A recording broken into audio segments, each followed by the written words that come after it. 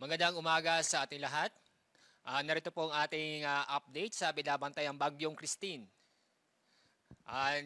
Nanatili pa rin maulap na kalangitnan sa malaking bahagi ng Luzon at Visayas dulot ng bagyo.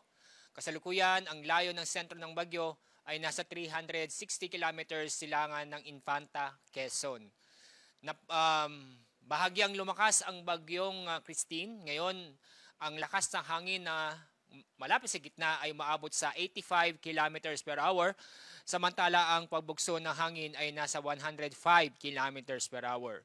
Inaasahan na ito kikilos west-northwestward o papalapit sa kalupaan, maaaring sa Northern Luzon, sa bilis na 25 kilometers per hour. Narito ang mga lugar na sa ilalim ng tropical cyclone wind signal. So nanatili pa rin buong Luzon, halos buong Luzon at Visayas ay nasa ilalim ng tropical cyclone wind signal.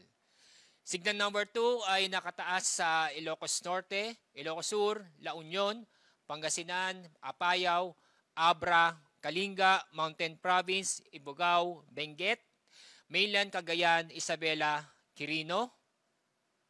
Ganoon din sa Nueva Vizcaya, Aurora, Nueva Ecija, Tarlac, northern portion ng Zambales, northern portion ng Quezon, northern portion ng Bulacan, Pulillo Islands, Camarines Norte, northern at eastern portion ng Camarines Sur, Catanduanes, eastern portion ng Albay, northeastern portion ng Northern Samar, at northern portion ng Eastern Samar. Narito naman ang mga lugar na sa ilalim ng tropical cyclone wind signal number 1 ay sa Batanes, Babuyan Islands, Pampanga, lalabing bahagi ng Zambales, Bataan, lalabing bahagi ng Bulacan, Metro Manila, Rizal, Cavite, Laguna, Batangas, lalabing bahagi ng Quezon, Occidental Mindoro, kasama ang Lubang Island, Oriental Mindoro, Marinduque, Romblon, Calamian Islands, lalabing bahagi ng Camarines Sur, lalabing bahagi ng Albay, lalabing bahagi ng Sorsogon, Masbate, kasama ang Ticao at Bures Island, Calamian Islands, Aklan, Capiz, Antique, kasama ang Caluya Island, Iloilo, Guimaras, northern portion ng Negros Occidental, northern portion ng Negros Oriental, northern at central portion ng Cebu kasama ang Bantayan at Camotes Island, Bohol, lalabing bahagi ng Eastern Samar, lalabing bahagi ng Northern Samar, Samar, Leyte, Biliran at Southern Leyte. Minaasahan pa rin tayong ngayon at sa mga susunod ng araw na malalakas o matitinding pag-ulan dahil sa bagyo. Intense hanggang torrential na pag-ulan ngayong araw sa Cagayan, Isabela, Apayao, Aurora, Quezon, Catanduanes, Camarines Norte at Camarines Sur. Heavy to intense na pag-ulan inaasahan sa lalabing bahagi ng Cagayan Valley, lalabing bahagi ng Cordillera, Ilocos Region, Rizal, Albay at Sorsogon. Moderate to heavy rains sa lalabing bahagi ng Central Luzon, lalabing bahagi ng Calabarzon, Metro Manila, Occidental Mindoro, Oriental Mindoro, Calamian Islands, Masbate at Northern Samar. Bukas, minaasahan pa rin na heavy, intense hanggang torrential na pag-ulan sa Pangasinan, Zambales at La Union. Heavy to intense na pag-ulan sa lalabing bahagi ng Ilocos Region, buong Cordillera at Bataan. Moderate to heavy rains sa Tarlac, Pampanga, Nueva Ecija, Bulacan, Metro Manila, Cavite, Batangas at Occidental Mindoro. Sa araw ng Biyernes, ilan lang lugar na po na makakaranas ng moderate to heavy rains ay sa Pangasinan, Zambales at La Union. Dahil dito sa mga pag-ulan, ay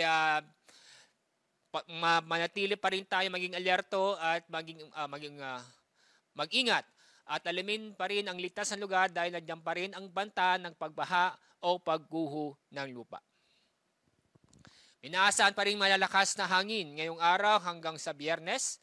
Ngayong araw, inaasahan makakaranas sa malalakas na hangin sa Mimaropa, Visayas sa Mindanao. Bukas, Inaasahan din sa Mimaropa, Bicol Region, buong Visayas, Basilan, Sulu, Tawi-Tawi, Zamboanga del Norte, Lanao del Sur, Northern Mindanao, Dinagat Islands, Surigao del Norte, Davao del Sur at Davao Oriental. Sa araw ng Biyernes ay asahan pa rin ng malalakas na hangin sa Mimaropa, Bicol Region, Western Visayas, Negros Occidental, Zamboanga del Norte, Basilan, Sulu at Tawi-Tawi. Dito sa ating forecast track ng bagyong Christine, inaasahan pa rin natin na magla-landfall o tatama sa lupa, maaari sa Isabela o Aurora area, mamayang gabi o bukas ng madaling araw. At yung mapapansin, bagong tumama sa kalupaan ay inaasahan na magiging severe tropical storm. At bababay niya itong malaking parte ng Northern Luzon at maaaring sa pagdating sa West Philippine Sea sa araw ng Huwebes ay bahagyang hihina at na magiging tropical storm. Kapag hindi magbabago ang paggalaw nito o kilos, inaasahan sa pagdating ng Friday ay nasa labas na ng PAR ang bagyong si Christine. At inyong papansin, ang lawak ng bagyong Christine na halos ay sakop ang Luzon at Visayas. At patungkol naman sa storm surge, ito yung pagtaas ng alon dulot ng bagyo. Dito sa mga coastal areas, dito sa Batanes, Babuyan, Cagayan, Isabela, Aurora, at din sa Catanduanes, ay nasa mataas ang alon, ng kusan aabot ng 2 hanggang 3 metro. Itong nagpapansin yung kulay dilaw, yung coastal waters, baybaying dagat, dito sa Ilocos Region at may parte din ng Bataan, Zambales, ay inaasahan taas ang alon o storm surge na aabot ng halos 1 metro. At patungkol naman sa gale warning, ay nag-issue tayong gale warning ngayong araw as of 5 o'clock ng umaga na ang inaasahan na taas ang alon halos 8 metro lalo po sa may Northern Luzon. Ang gale warning ay mga lugar po na sa ilalim ng gale warning ay buong seaboard ng Luzon at buong seaboard ng Visayas. So pag may gale warning ay bawal po malaot ng ating mga kababayan, lalo na po yung mga gumagamit ng maliliit na sasakyang pandagat. So ito ating update sa ating bagyong Christine. Mag-ingat po tayo at magandang umaga.